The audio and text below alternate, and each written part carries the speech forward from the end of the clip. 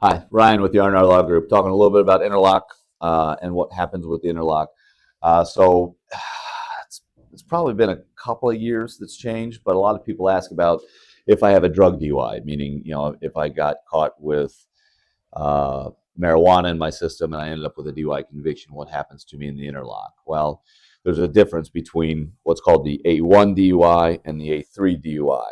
The A3 DUI specifically being a drug or metabolite in your system, being the DUI that you get. If you end up with that, that does not require the interlock device in your vehicle.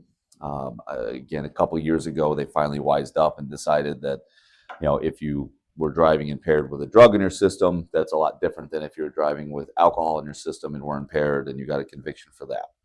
So they have stopped doing the interlock for that, and that's one of the bigger changes that we've had in the law in the last couple of years.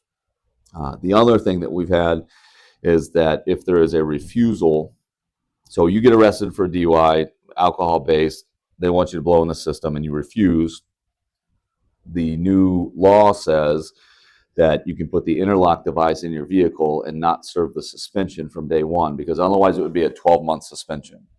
So you agree to put the interlock in your system, or in your system in your vehicle, and you agree to have that in for at least 12 months, then you don't have to serve that suspension.